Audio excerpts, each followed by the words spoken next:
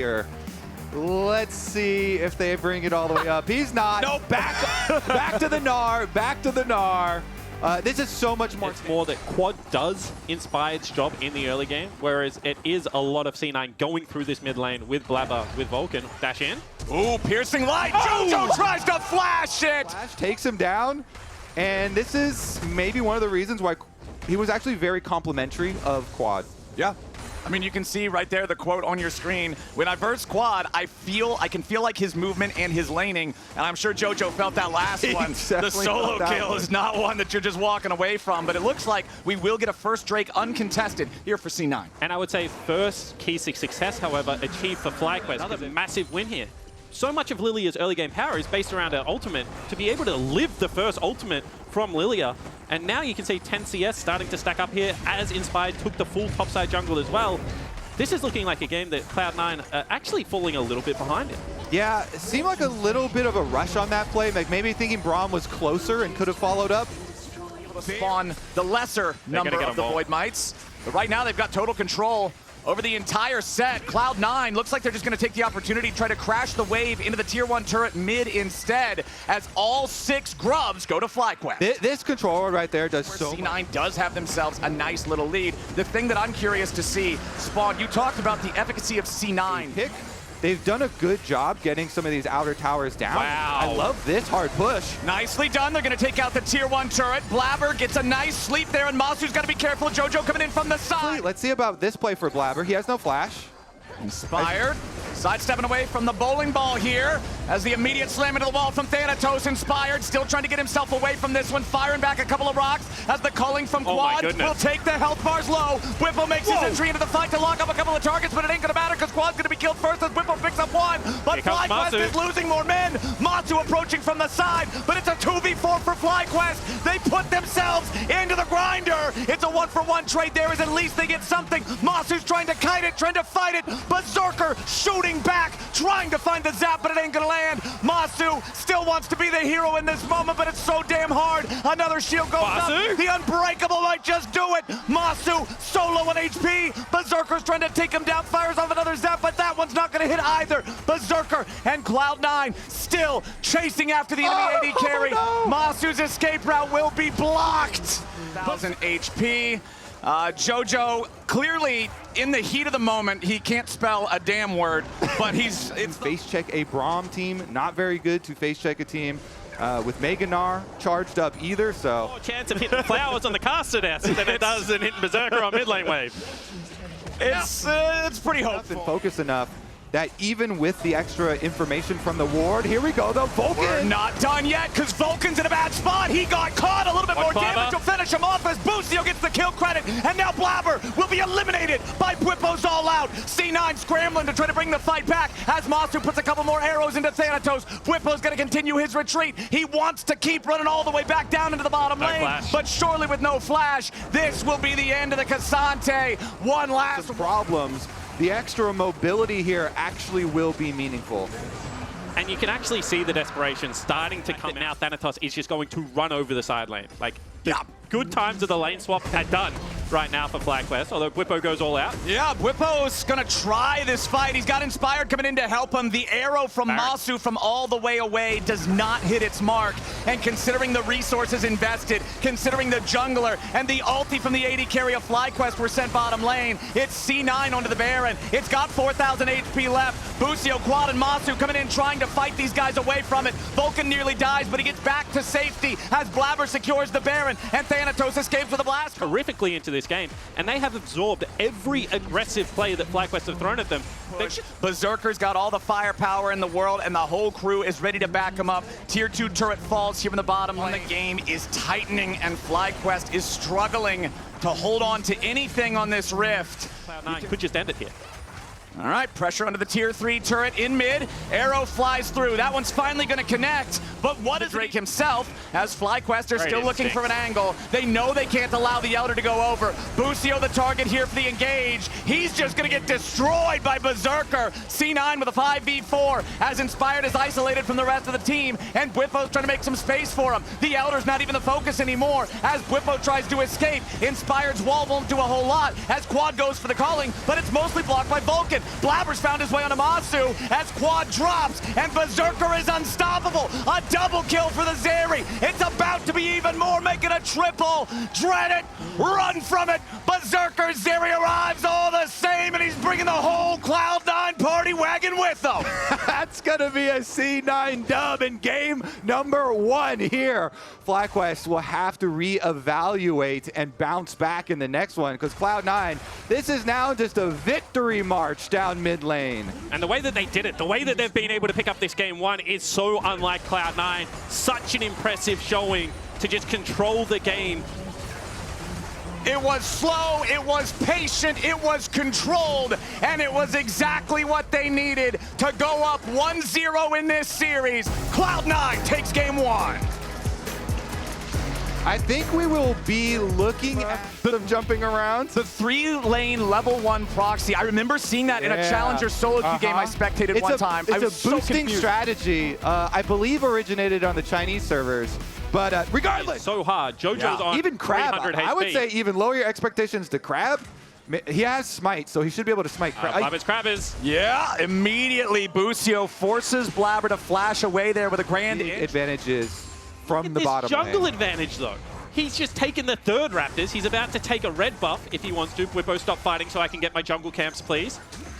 Nope, Whippo's not going to stop. He's just running the jungle CS race. Well, Whippo, please, man. Yeah, Whippo's running something else. He's going to have to be a little bit more careful than he's being right about now as the sleep stops him in his tracks. Thanatos needs a little bit more damage, but he doesn't find it just yet. Blabber makes his way to the top side here to cook him. Whippo's sins are punished. Thanatos does not die. FlyQuest now might lose their jungler as well. JoJo coming in to try to cut him off, but Quad can cover his escape. Do you feel more sorry is looking, well... And this brand is going to destroy this Nautilus. Oh no, he tries to dredge line away, but the Ornhorn combined with the brand damage is just cooking him, man. He smites him like a skunk. So, yeah, put a crab skin on that Nautilus. Crab skin coming soon. Oh, very Oh, meanwhile, JoJo in some trouble in mid lane. Does get out of the CC fast enough to flash away from the rest of the culling to survive this one with barely any health and mana. But down in the bottom lane, gentlemen, I've seen this show before. I've seen this episode. At least Whippo's going to get one back that time as Thanatos overstays underneath the tier 1 turret. Okay, this was actually a great play from FlyQuest, so I have been quite critical on them, but Neela takes turret so quickly, very hard to dive the Nautilus. They get JoJo's flash, they get top tier 1, they're going to get top tier 2 most likely, 6 grubs, and they defend the bottom turret. And I've been hating on them a lot, but FlyQuest just broke the game open. Yeah, and definitely Masu and Busio have been doing in this game, so we'll see how much they can build on it. Quad, though, now in a 2v1. He's okay. He's going to run towards his Nautilus. Flashing away, but yeah, the TP ready to intercept this. Whippo and Quad are going to find JoJo, but JoJo's found them first. Easy pickup on the enemy mid laner, and now Whippo has to use the dredge line again to try to get some distance. Brand passive's going to explode, but it won't take Whippo down to it. Flowers, I like that. Very coachable caster there. All right.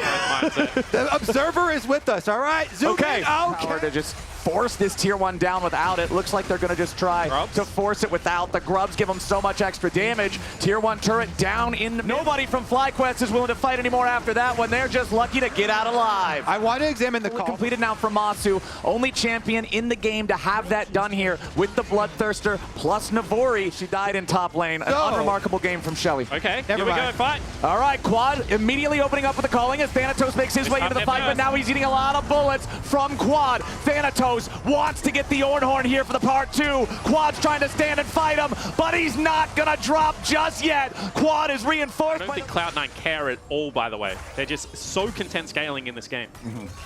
And they move over. They will at least clear out this vision on Baron. FlyQuest, though.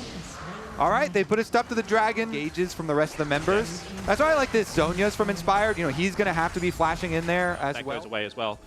potentially going to look for a fight here on this line brush. Jojo. Yeah, Jojo steps up, but immediately backs right away. Bwipo now enduring the firepower of the entirety of C9. He barely gets out. Horn used, knocks him up into the air, and Blabber's got the kill. 1-0 C9 so far as FlyQuest heads back to the safety of their turrets, and C9 are about to wipe those turrets off the map. Those plays from Jojo are why I love him. Yep. He is so confident to bait you. He baited the whole rest of the team of FlyQuest. That's why Bwipo went in from the other side. Blabber flashed in. They're trying to go for it. Lucio wanted the engage. Beautiful shutdown coming out from aware of that one as Blabber wants to step up, try to see if he can maybe go for a steal, but it ain't gonna work.